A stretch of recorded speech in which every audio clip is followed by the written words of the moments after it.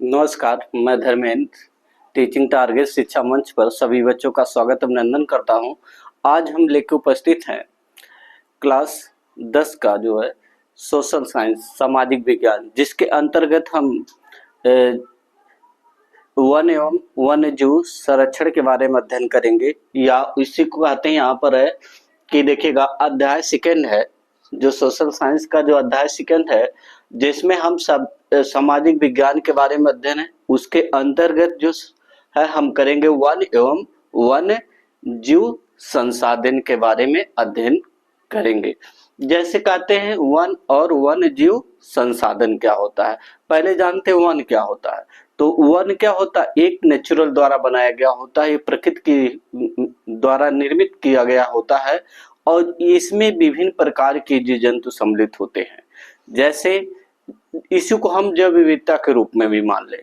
जैसे पृथ्वी पर विभिन्न प्रकार के जीवधारी या जीव पाए जाते हैं, जो एक क्या है, एक जैविक विभिन्नता के रूप में पाए जाते हैं।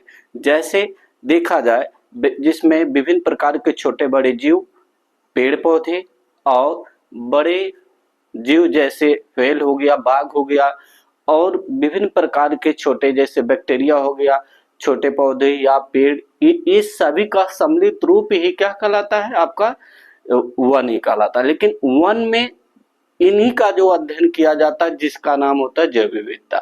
जिस देखिएगा सूक्ष्म पृथ्वी पर सूक्ष्म जीवाणु अर्थात जीवाणु भी, बैक्टीरिया, जोक और वट वृक्ष जैसे पीपल हो गया, बरगद हो गया, ये सभी का, और बड़े पशु के रूप में देखा जाए तो हाथी या इसी को जानवर, और ब्लू व्हेल हो गया, इन सभी का जो है क्या कि इन जंतुओं की क्या है, जो जैविक विविधता पाई जाती है। इन सभी जीव जंतुओं की जो विभिन्नताएं पाई जाती है उसी को क्या कहा जाता है, जैविक विविधता। इसी को बायोडायवर्सिटी के भी नाम से जाना जाता है।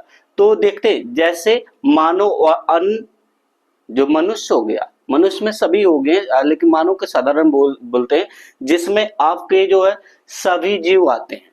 मानव के साथ साथ अन्य सभी मिलकर जीव क्या करते हैं, एवं मृदा, ये सभी क्या होते हैं, मिलकर जैव विविधता का निर्माण करते हैं। मानव से लेकर विभिन्न छोटे बड़े जीव जंतु क्या मिलकर एक क्या करते हैं, डायवर्सिटी अर्थात जैव विविधता का निर्माण करते हैं। मानव जीव के लिए जैसे अगर देखा जाए, मानव के साथ साथ जो विभिन्न प्रकार के जीव होते हैं, इन सभी जीवों के लिए जल की आवश्यकता पड़ती है, वायु की आवश्यकता पड़ती है, जो मृदा अर्थात भूमि की आवश्यकता पड़ती है, और इन्हीं ये विभिन्न घटक मिलकर क्या करते हैं, आपके जैविक अर्थात जैव विविधता का निर्माण करते हैं। और इसमें पेड़ पौधे, सूक्ष्म जीव और जैसे प्राथमिक उत्पादक, जैसे प्राथमिक घास हो गया, छोटे बड़े पेड़ पौधे हो गए, ये सभी मिलकर ये क्या है, ये वन क्या है, वन के विभिन्न घटक है। इन्हीं के द्वारा जो होता है वन का निर्माण होता है।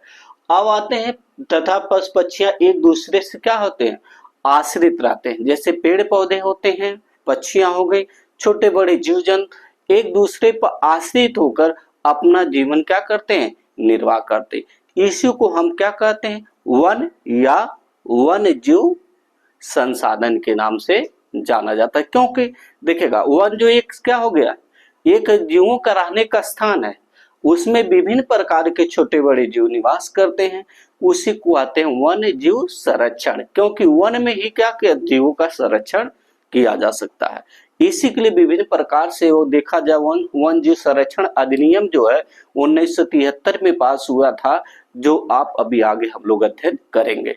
जैसे देखिएगा भारत में वनस्पति जात और प्राणी जात क्या होते हैं।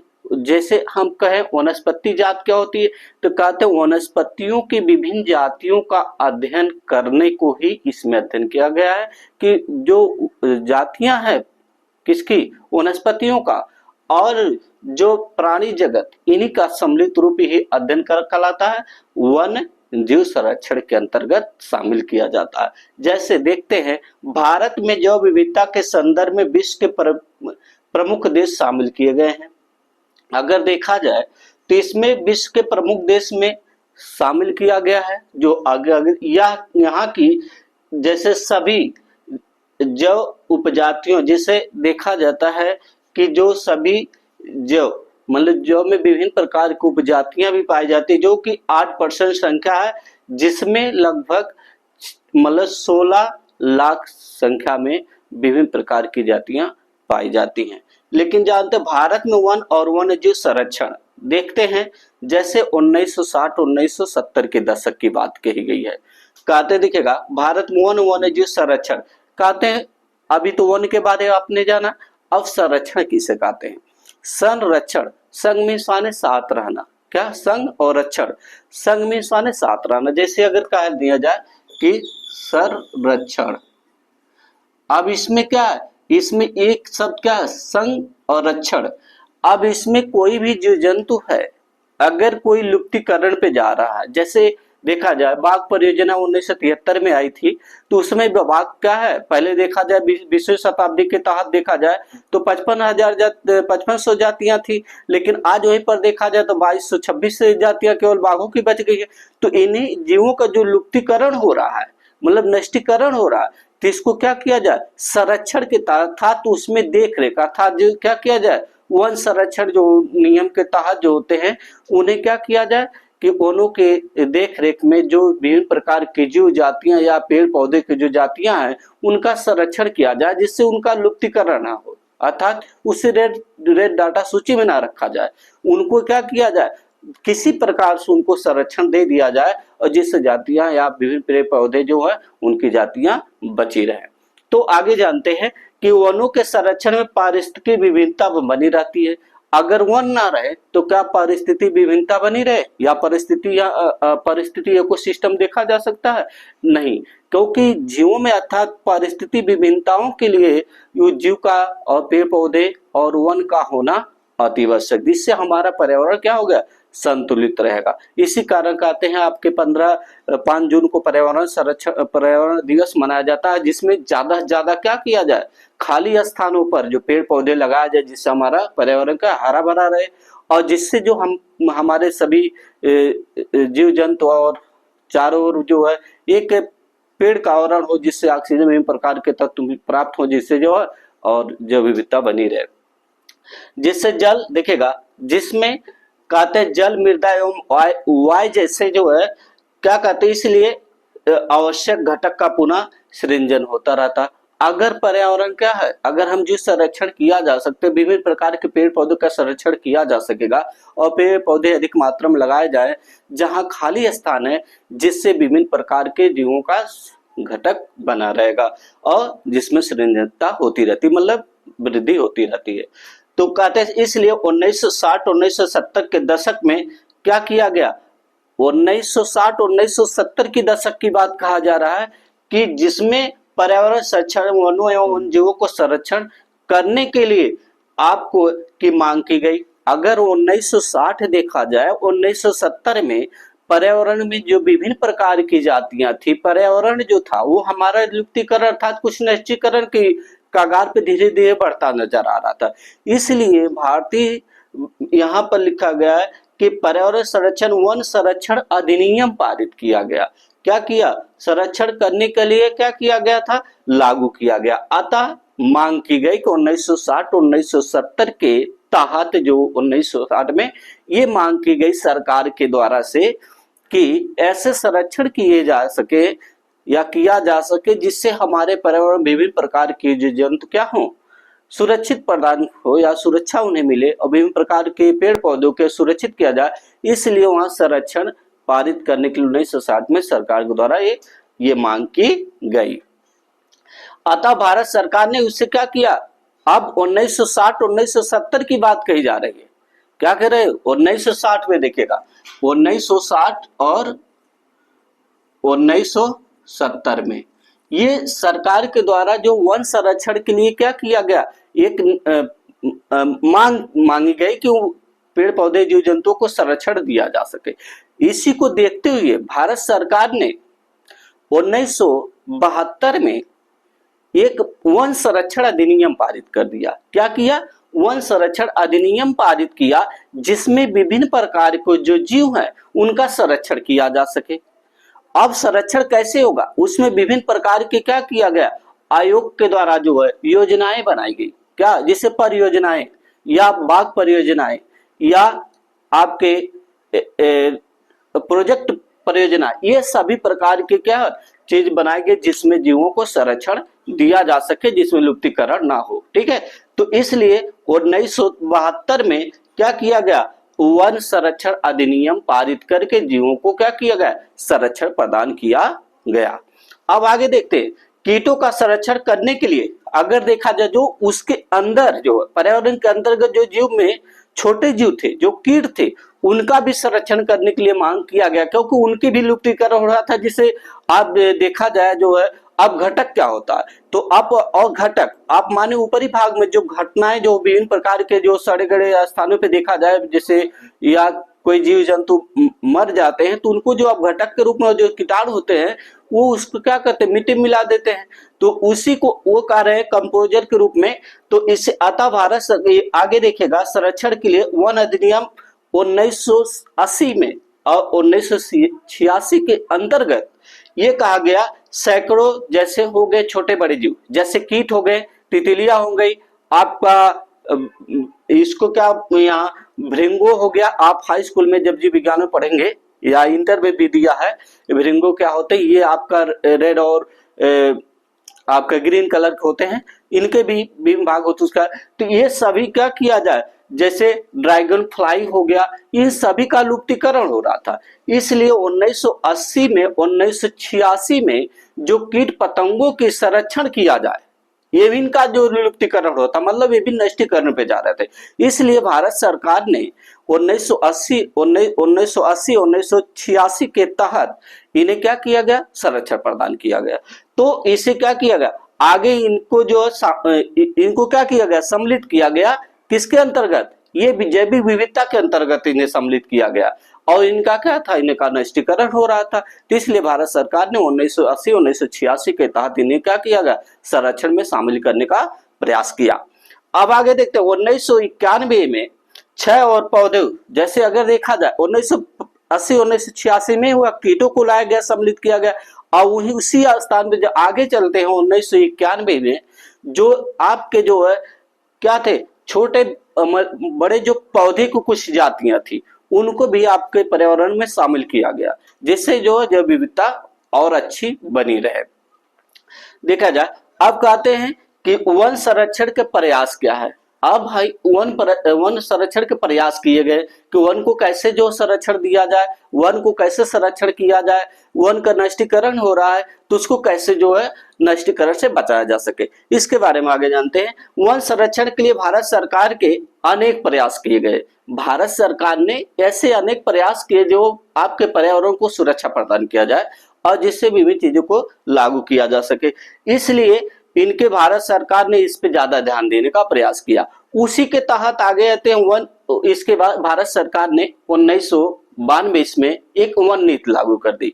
अब वन नीति लागू इसलिए की कि वन के तहत नीतियां लागू करना, अर्थात नीति एक राजनीति से संबंधित होती, लेकिन यहाँ ऐसी नीति लागू की गई, वह आपको क्या किया, वन संरक्षण की नीति के तहत थी। 1992 ये पूछता है कि वन नीति कब लागू की गई थी भारत सरकार के द्वारा, तब ये आंसर देंगे कि वन नीति जो है आपका 1952 ईस्वी में लागू की गई थी, जिसमें वनों को क्या किया जाए, संरक्षण किया प्रदान किया जा सके। तो वन नीति जिसमें सन आपका देखा जाए 1988 में इसे संशोधित किया गया।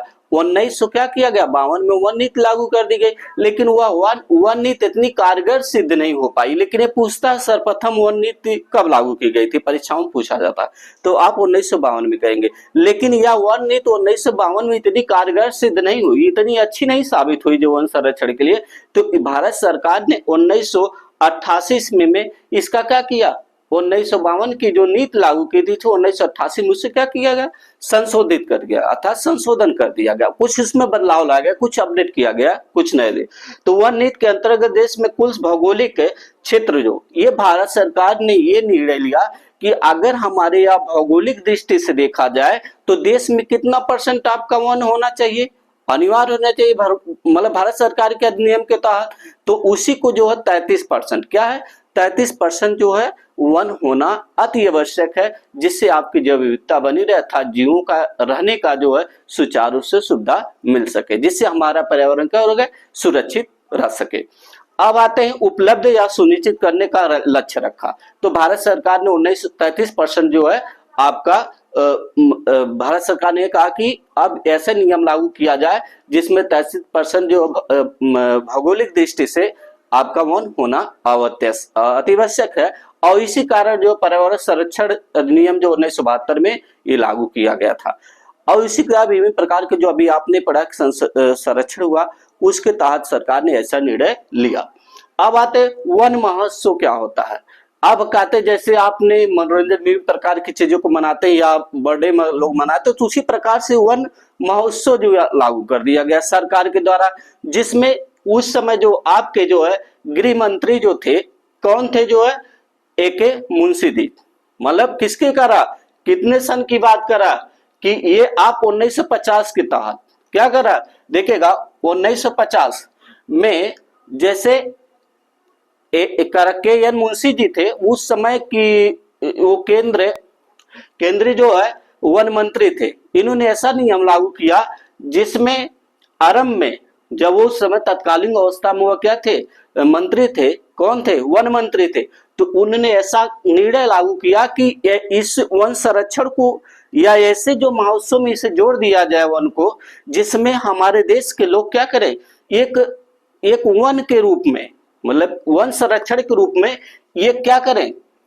एक आपका महोत्सव लागू कर दिया जाए, और जिससे वो कितने दिन का होना चाहिए, जिसमें पूरे देश मिलकर क्या कहे वन महोत्सव का क्या कहे आयोजन करेंगे और धूमधाम से मनाएंगे, जिससे वन पे थोड़ा 1 हफ्ते तक ध्यान दिया जाएगा। इसलिए ये जो है KN मुंशी जी, इन्होंने क्या किया 1950 ईस्वी में क्या किया, 1 जुलाई से लेकर 1950 की बात कर रहा हूं, 1 जुलाई से लेकर 7 जुलाई तक वन महोत्सव जो है लागू कर दिया।